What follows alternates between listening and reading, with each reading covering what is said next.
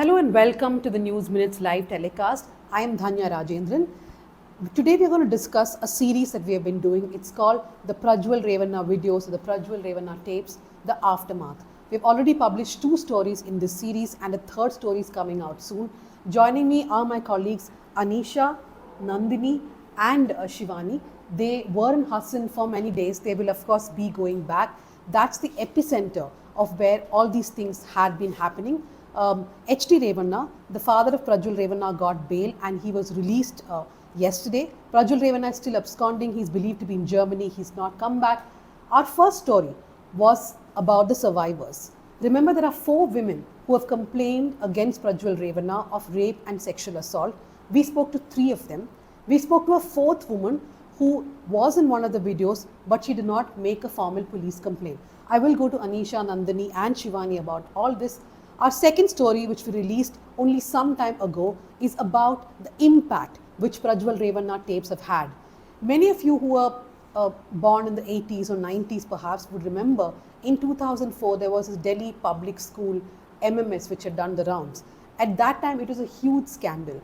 Imagine that 50 times more and happening in a small locality like Hassan, like Hole Narsipura, where almost everyone knows everyone. And these videos have been doing the rounds. People are trying to identify who these women in the videos are. Before I go to my colleagues, I just want to tell everyone watching that we are an ad-free platform. This reporting is possible only because of our subscribers. My colleagues will put on the comment box a subscription link. Do become a TNM subscriber. If you're already a subscriber, you can also give money or contribute to our reporting fund. That will enable Anisha, Nandini and Shivani to go again to Hassan, do more reporting, because that is what the story needs, consistent and solid reporting. So become a subscriber or contribute to the reporting fund. Anisha, my first question to you, you spoke to 3 of the survivors, of which 2 of them, shockingly, are a mother and daughter duo. What did they tell you? So the mother was working as a house help in the H.T. Revanna house, and that's when so she has alleged that Revanna lured her into a separate room on the pretext of giving her food, fruit, and isolated her and then molested her. Later, Prajwal Revanna, on the pretext of asking her for water, no. Okay, it does not matter because we don't need to go into the crime in detail. The fact is that they lured her into the room and they sexually assaulted, what is her complaint.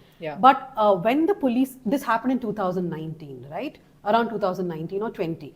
But the problem is that when the video started circulating, that's when the mother and daughter discover that they both were actually victims of sexual assault, right? Yeah. So one of the so the daughter found a video of another woman who was working who was employed by Revanna's family basically. So then what happened was that she went and asked her mother whether there were videos like this of her as well, and she was like, "You worked for her, right? They didn't spare her. Would they have spared you?" And the mother denied it. Because she just couldn't bring herself to how does she tell this to her daughter? So every time we would ask her, did you not say her daughter, did you not talk about this to anybody? She was like, no. How could I tell this to my husband? How could I tell this to my daughter? I was just distressed. So basically, I think social stigma and also the distress of what had happened had, silenced her. And also the question, right, whether people would even believe if someone says that I was sexually assaulted by someone like Prajwal Revanna or even H.T. Revanna, whether anybody would believe her. That question of believability. And then Anisha explained to me that when eventually the videos came, the mother also discovered the daughter was one of the victims, right? Yeah. All of this happened when they eventually went and filed a complaint with the police. So they are the mother and daughter, the woman is actually a relative of Bhavani Revanna's. So apparently Bhavani had promised them a house, she using her family influence and so on. So they have a house site in their name, and They built a house with their own money and they were evicted from that house. So all of these things have played into the kind of fear they have of the family, and eventually all these things motivated them to finally speak up. So when they decided to file a complaint, they approached the Hoda police and so on, and they did file a complaint, and that's when they were taken to the SIT after the SIT was formed. That is when both of them discovered that each other, they were there in the videos. And like the daughter says, right, that the police kept asking her mother, there is a video of her, and she still could not bring herself to talk about the assault because it was just too distressing. And finally, when the police reassured her that it wasn't her fault, that they had seen her begging and pleading in the videos, that she could finally talk about it. And it was traumatizing for both of them. And when they talked about it also on the phone to us, they kept breaking down throughout. And it's quite hard for them to talk because of the level of power that this family has. And Prajwal is alleged to have threatened her also, saying, I'm an MP. I'll get you fired, I'll get your husband fired. If you tell anybody, I'm not going to spare your daughter either. So this is a story of a woman, her daughter, and there's a granddaughter also. So in fact, in the when she was talking to Anisha, the daughter says that what if my daughter had to go through something like this? That actually, I think, gave her the energy to go ahead and file a complaint. Also that fear, right? That there is a generation after you. What if something wrong happens to them too? So this is one family which has complained. I will of course come back to the kind of threats and pressure that they are facing now. I want to go to the other complainant, which is the third woman we spoke to. Shivani, if you could give some detail. This is the woman who was kidnapped. So this is another woman, let's call her Mridula for now. Mridula was also working in one of the farms owned by H.T. Revanna. A day or two before the tapes were actually making around big time, somebody from the household, from Revanna's household, comes and calls her, takes her with them, and she is kidnapped. Of course, in that case, H.T. Revanna has just now got bail, and all of us were wondering why would the court give him bail in the case, considering the woman is out there saying that she was kidnapped. So in our story, I would urge all of you to go back and read our story, in which that woman clearly tells Anisha, Shivani and Nandini that, look, I was kidnapped, and when I was kidnapped, they made me record a video saying that nothing bad has happened to me. And that in turn was used as evidence in court. Can you explain further as to what happened to her, Shivani? Yeah, so in the pretext of there's a case against you, this is how Revanna's henchman comes to her house and takes her back to a place called Kalanahalli near Mysuru, and she's made to stay there. And she told us on the call that Bhavani Revanna's driver comes and he asks her to shoot a video of hers saying you are safe here and nobody has kidnapped you, which is what she says in the video. And she told us that she had no idea that so and so videos of sexual abuse are being circulated online, because and this Bhavani Revanna's driver does record the video asking her to say all these things, and he also says iವ್ರ ಮನೆ ಅನ್ನ ತಿಂದಿದ್ಯಾ, they have helped you out, which is why this is your time to return the favor.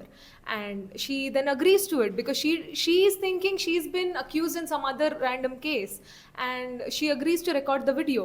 So it is so disturbing and sad, because when she was kidnapped, police does come to the place where she was kidnapped and search for her, but she is so scared that she has been accused in some other case, she decides to escape from there. It's like they came for her security, and she decides to run away from them. And finally, when she goes to a relative's house, when she realizes that in the outer world, the videos of her sexual abuse that she has not told anybody about, even her sister who was working along with her, has finally been put online for everybody to see. So throughout the call, you can hear her talk, she's crying, and she's in immense distress, and there's no word I can say to describe how it was, what she was trying to tell us. And so for all the people watching, remember there are around 3,000 video clips. In fact, when people started reporting this number, I for one definitely thought that this must be an exaggeration.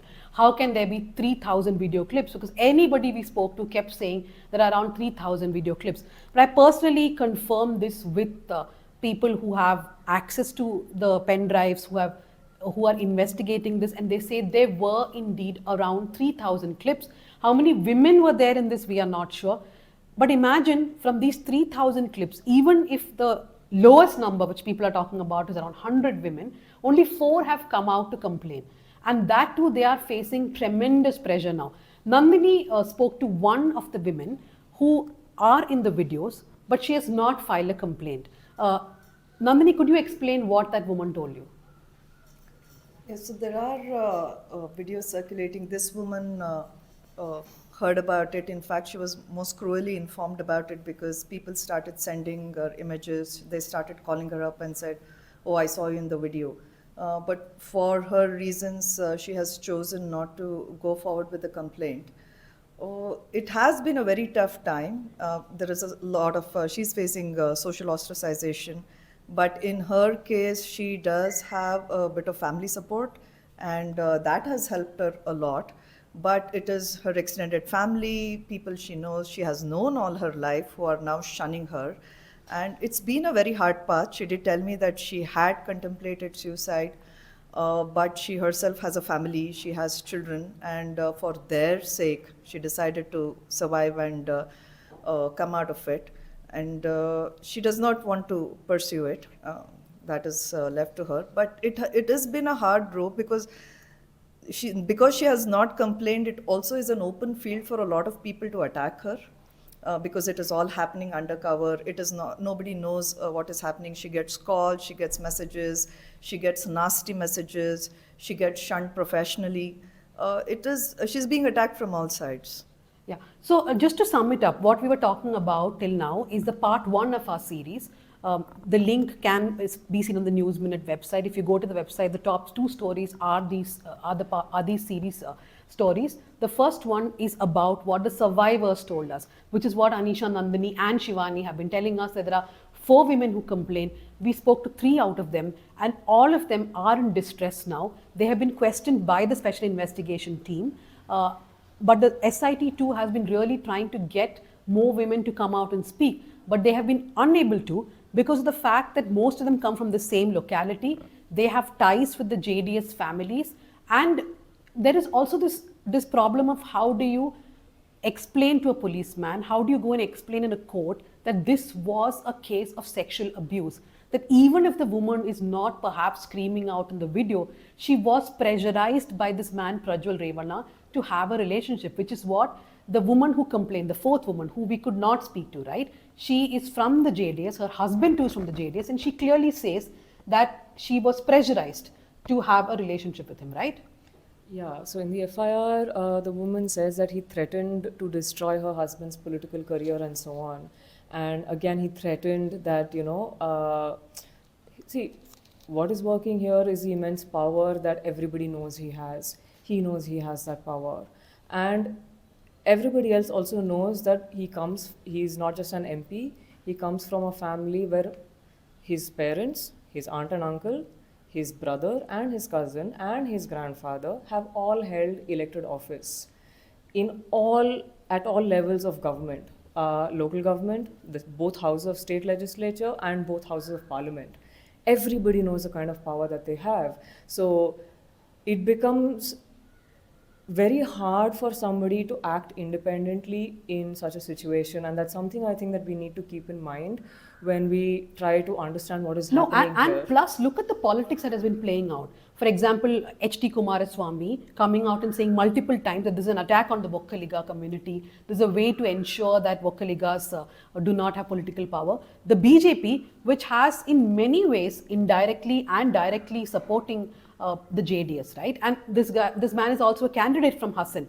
In all probability, he may even win the election. You never know. That's what a lot of people are saying, that he may end up winning the election. What is the BJP going to say then? Before I go to the next section, which is the next story, I just want to tell everybody watching again that this reporting is possible only because of our readers, of our viewers, people who subscribe to the News Minute. We are an ad-free platform. So I do request you to become subscribers, power our journalism, help us to keep looking at the story, because this we feel is an indicator of how a society will react. of how people will react, of how politicians will react when something like this happens. I think a parallel can be drawn to what happened maybe at a much lower scale, how Kerala reacted when the whole Delhi Pulsar Suni event happened, right? How did they react as society? So second story that we have done, which has been released today, is the social impact that this has had. But before I go to that, one quick question, Nandini. What has really surprised me is that this Prajwal Revanna is still absconding, and there is absolutely no conversation around it beyond people asking what. In the sense, Siddaramaiah has written to the government saying cancel his diplomatic passport. We have no word from the union government, from the MEA. The Prime Minister says we will not spare him, but what is the evidence that you are doing anything to ensure that he at least comes back? So far, we have nothing actually. There has been no attempt, or we don't know what they have been doing. In fact, the only thing we hear about are rumors from time to time that he's supposed to come back. But from the side of the government itself or the SIT, we don't really know, because the focus has now changed to a lot about who circulated the videos. And it has given enough space to for the party, JDS party workers and members also to circulate enough suspicion that is it really him? Is he being targeted? Is he being victimized? This is a conspiracy by the other political parties to bring him down. So in that, we don't really know what is being done to bring him back. No, imagine. So instead of focusing all the energy on bringing somebody like Prajwal Revanna back and ensuring that he faces the music for the things that he's accused of, we're talking about everything else. What is the politics, who is targeting who, whether this is true or false. And in between that, there is absolutely no word from the BJP or the JDS about, are they asking to come back? I mean, have they told Prajwal Revanna, okay, fine, you're innocent, you come back and face the law then, right? There is no word. And as far as the SIT is concerned, I have been asking the SIT almost on a daily basis, are you sending people abroad? They said, no, our focus remains on getting victim statements, getting corroborative statements, and ensuring that more women come out. I don't know whether the SIT should also be further doing something to ensure that this guy is arrested, right? Yes, definitely. Even the BJP, which talks about getting him, that he should answer for his crimes if he's responsible, since they're in the union government, but we haven't had any statement from them about if the Ministry of Home Affairs has done anything about it. I am told that it is possible to cancel his diplomatic passport in case the Home Ministry thinks that he's necessary for a criminal investigation. But we haven't had anything. It's all elections. There is a lot of diversion in the name of elections, so people are concentrating more on that. And again, there is a lot of, because his father, Revanna, was arrested as well. Now there is a lot of sympathy being raised that he was also caught up in this, and there is a lot of shifting. So nobody's really talking how he was able to leave so easily. Everybody says, oh no, they had no idea that he was about to leave for Frankfurt or Germany, as we are told that he left. There is no attempt to figure out whether they are going to bring him back.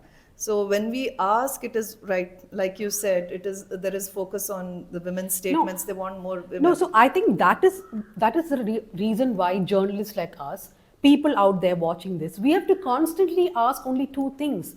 What is the action against Prajwal Revanna? Why is he not being brought back? What are the courts doing about it? What is the government doing about it? What is the police doing about it? And the second question that we have to all continuously ask, and that is not for today, that is for months to come, is how are we going to protect these women?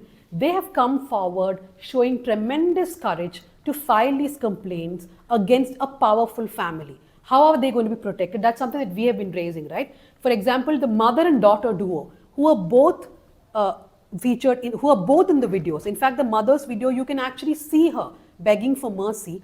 She has filed a complaint and she does not have a house to go back to. Like Anisha was saying, that the house has been taken over by someone. This is a conversation we have been having with the government too, as to how are you going to protect these people, right, Anisha? Yeah, so far there has been little action on that. It doesn't appear that anybody in government has actually given a thought to what is going to happen to these women when they go back. I mean, they can't remain here endlessly in Bangalore, right? They have lives to get back to, they have kids to send to school and so on. And right now, both these women's this family's children are here in Bangalore with them. And they're not allowed to go out because They're in safe houses now. Yeah, they're in safe houses for understandable reasons, but for the time being, they're not allowed to go out, right? But eventually, they will get back to their lives, right? Because this cannot be allowed to remain the defining feature of their lives. They have to go back. So once they don't have a house to go back to, and they're daily wage workers, they do domestic work, and the kind of abuse that this woman, Bhavani's relative, the complainant, she has suffered in that house is terrible. Being abused with swear words left, right, and center for the littlest of things. So it's been hard for them, and now there's a huge question mark as to what they'll actually do when they go back. They don't have jobs and so on, and who's going to hire them now that they've complained? So they're worried about that. So we did ask the government a couple of times, and we had put out a story yesterday in our political newsletter called The Power Trip. We'll put the link in the chat. So basically what we were told is that there is a provision in the Home Department which allows the government to give protection to victims. Now the point is for how long, right? Which also means that the charge sheet has to be filed fast, that the government should ensure that the speedy trial happens, and during the entire trial, these women are protected. I want to quickly go to Shivani now, where I will talk about the second story. The second story is about the social impact these tapes have. In the beginning, I told you it's like 30, 40 times of a DPS MMS which did the rounds in 2004 when I had just started reporting, and everybody was shocked about the visuals they saw. Here, a lot of people are watching these visuals. Shivani has spoken to many young people who find themselves extremely confused as to what is happening.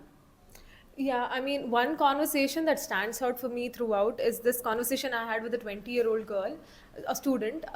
So, like, initially she was very hesitant to tell me if she had actually watched the video, and then eventually she admits that she had watched the video, and she received it on, these WhatsApp local groups where, like, male acquaintances in the neighborhood would share the video, and she finally watched the video of, this, and then she then goes on to tell me that, if this is the, like, she describes the contents of the video, and then she tells me, if this is what marriage is, I don't want to get married. So she kind of correlates marriage to sexual activity, and, it is quite confusing for them as well to understand, how, like, sexual activity works. And we're talking about, like, 20-year-olds who are probably not exposed to these kind of videos. I mean, I understand things are readily available online, but we're talking about their own MP, somebody that they see every day, and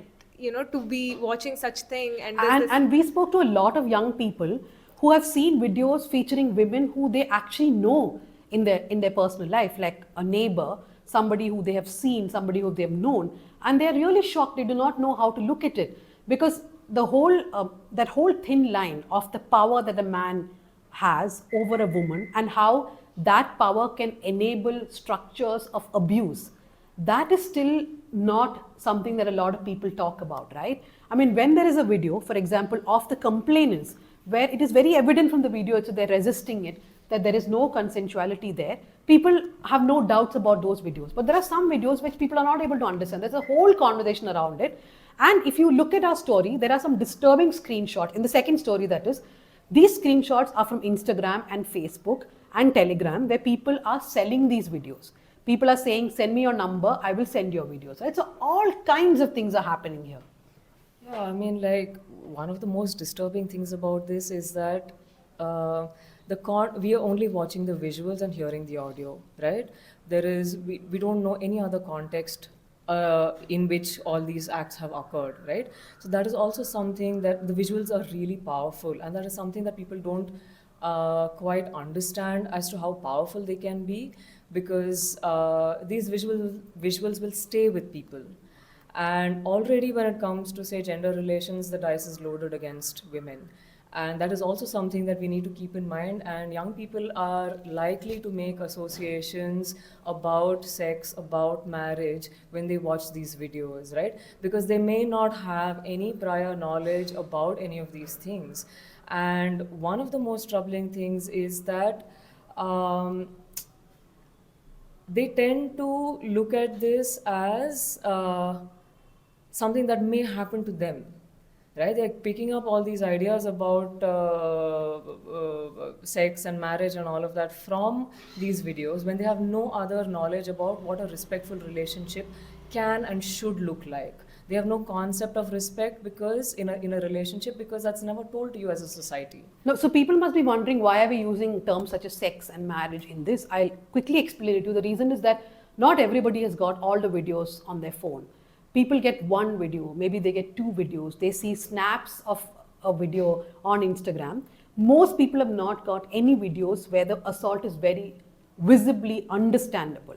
All the others have got videos which have confused them. So it's also important for us to address that. So let me keep repeating that our main focus has to be on Prajwal Revanna, the criminality, what is the government, the police doing about it.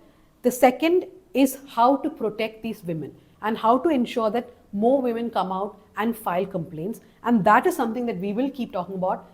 Before I wrap up, I want to tell you about our third story. We will look at Prajwal Revanna, the politician. In fact, when we were discussing stories, all four of us and my colleague Pooja Prasanna, we were actually thinking, what is it about Prajwal Revanna that he could do all this and get away with it? Because it's such a small place, there has to be gossip first thing of this happening, and there has to be some repercussion immediately, right? Because we have spoken to so many people who said that they knew that even when a group of people went to the house to see him, he would single out women and take them inside. That there are people who knew about it, at least heard about it, right? Therefore, what is it that makes him so, audacious that he went on doing this for many years, which is what we will be looking at in the profile that we will be putting out on Friday.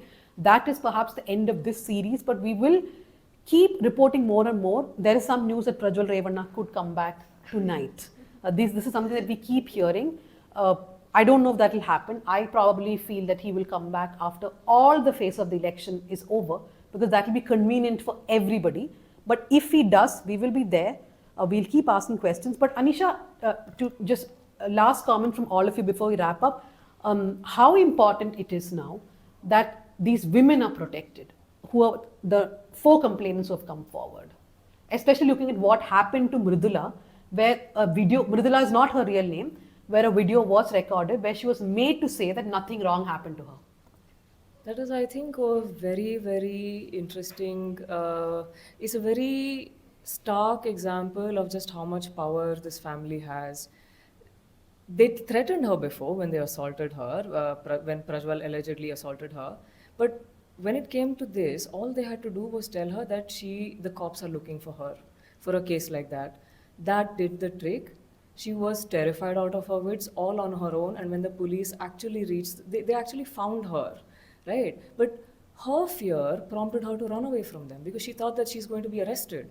And at the same time, she told us that she thought that they would do something to her family, to her children. So that fear itself tells you just how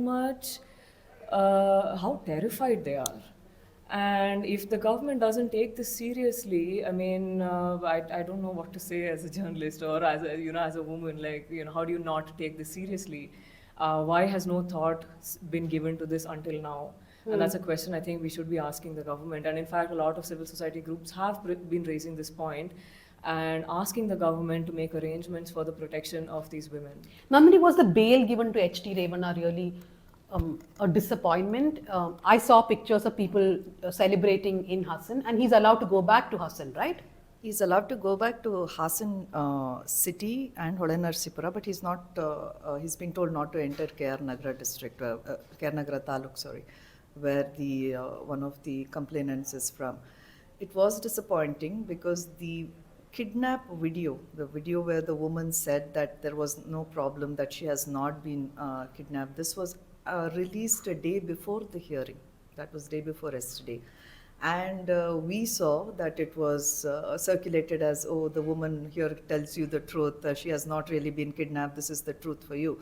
But we do know, because we spoke to her after she made the video, that she was clearly coaxed into making it. So what does that mean, really? We know a lot of these women in the videos are also party members, wives of party members. So it doesn't take much to realize that if they do not come out now, it will be difficult for them because somebody or the other is going to be telling them that, you know what, keep quiet about it. This is not a good thing to go ahead with. This will destroy your future. There are 100 fears they can raise in a complainant. So they don't need to come forward.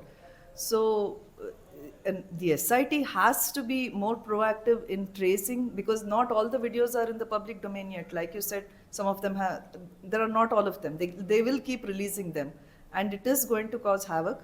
But it is very important to track these women and see that they will lodge a complaint now. Okay, so I'll go to the final question to Shivani, but before that, to wrap up for the viewers, do go to the first story which Anisha and Nandini were talking about. You can see the woman called Mridula. We have changed all the names.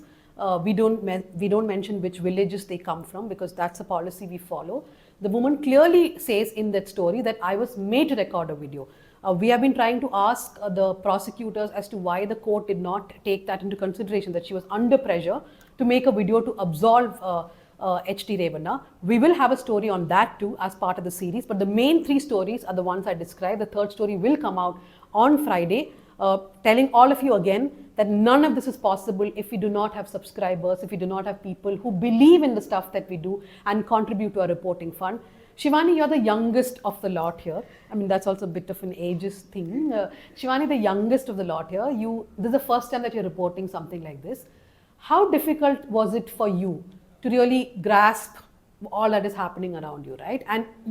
And trust me, every time I would pick up the call to ask Shivani what is happening, I know that she's already packing her bag to go to Hassan because she doesn't want questions. She just wants to be in Hassan. And she kept telling me, I don't want to come back. Can I stay 2 more days? I want to meet more people. She'll be going back again in 1 or 2 days. But how did this whole thing seem to you? I do not have words for it, frankly, because it took me a while to understand what was happening, and thankfully, like Anisha and Nandini were there who helped me understand what happened, and also in case if I was just wandering off or trying to be very personal about things that were happening, because it does make me angry, some of the things when I hear people say, or when I'm speaking to people of Hassan, or especially the students that I spoke to.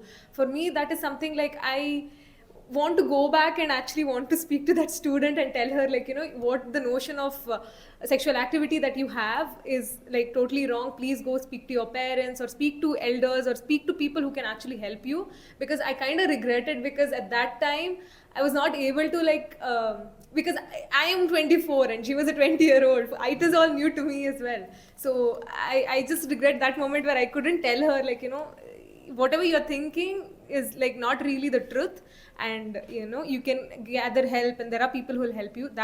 But apart from that, it's listening to the victims, survivors talk. It was I mean, even translating what they were saying, because Kannada is also what the language they speak, and for us, and to grasp all of that, I really don't have a word for it. And a lot of the people actually tell me this would have been triggering or mentally affecting, exhausting and all of those things. And yeah, it did, but I am actually glad I had my editor and my bureau chief and my editor-in-chief there, because I'm not just saying for the sake of this, mind you, because they have been constantly there, and I know if I need any kind of help in understanding what is happening, they have always been there, the number one. And I do bug their heads to make me understand, or tell me what is happening if I'm going off the charts. Yes. Yeah, so I mean, this has been a very confusing time for people in Hassan, and even for I think people who are watching, right, on TV channels, etc. Because so many times when the media is crossing the line. So I just want to wrap up the live, but I want to tell our readers, we have done a lot of coverage. In fact, some of the stories you should read is, I think the first story that Anisha and Shivani had done about the fear in that village. It was a video story. You can go down on a timeline and check the fear in the village to even just speak about this family, in that district to speak about the family. Then about the caste equations here. They are powerful Vokkaligas, and H.T. Revanna especially, how casteist he has been. We have had Dalit groups speaking to us about that. The same complaint was not told about H.T. Devagowda, the grandfather, but it was spoken about H.T. Revanna, the son. So do go back to that story. All 3 of them have done another story about how there is a kama language, especially in the Kannada media, where they call him kama as in lust, right? What are the words they have used for him, for describing this? Kamuka means Lover? sex crazed, Okay. sex maniac. It would translate to something like that. Kamakanda, which basically means like uh, debauched. How do you? Anyway, lot of words, lot of A words terrible using- language which should not be used for something like this, because there's a lot of power involved, there's a lot of potential for abuse involved, and this is not, it's not just inaccurate, it is inappropriate. So yeah, the words, the language that they've used are Yeah, terrible. Shivani, you want to say something? Yeah, I do want to say something. Is basically that, you know, as a young reporter, you don't get to do larger stories like this, or you're like, you know, often. I know for sure, like my contemporaries who would probably be in Bangalore and do stories, or like be on desk, because the kind of opportunities I get at the News Minute is because of you guys. So I really urge you people to please contribute to our Hasan Reporting Fund, so we can actually go on ground again, report on this, and bring you more stories. That's basically Shivani doing an anticipatory thing, because she knows at some point I'll say that, but you know, how many days can we stay back in Hassan? Anyway, so do read all these stories, and tomorrow, I think on Friday, we have a Let Me Explain by my colleague Pooja Prasanna, where we speak about something more important, which is about courts giving gag orders. Even in this, I mean, sorry, it's coming out today, I think. It's basically an episode about the number of gag orders that Bangalore courts have given, including in the Prajwal Revanna case, where he got a gag order stopping the media from reporting about tapes on him. This happened in last year, he got the gag order, and now his grandfather and uncle have gotten a partial gag order. So Pooja's Let Me Explain will tell you there are around 6,000 cases against media houses in Karnataka, and why that is simply unacceptable. So thank you to everyone who joined us on this live, and do keep reading, do keep watching. And in case there is something that you thought is right about the story, wrong about the story, or you want more information, do write to us. You can write to members@thenewsminute.com. You can write to Dhanya Rajendran @thenewsminute.com. We will see how we can respond to all that. Thank you very much. Thank you for watching.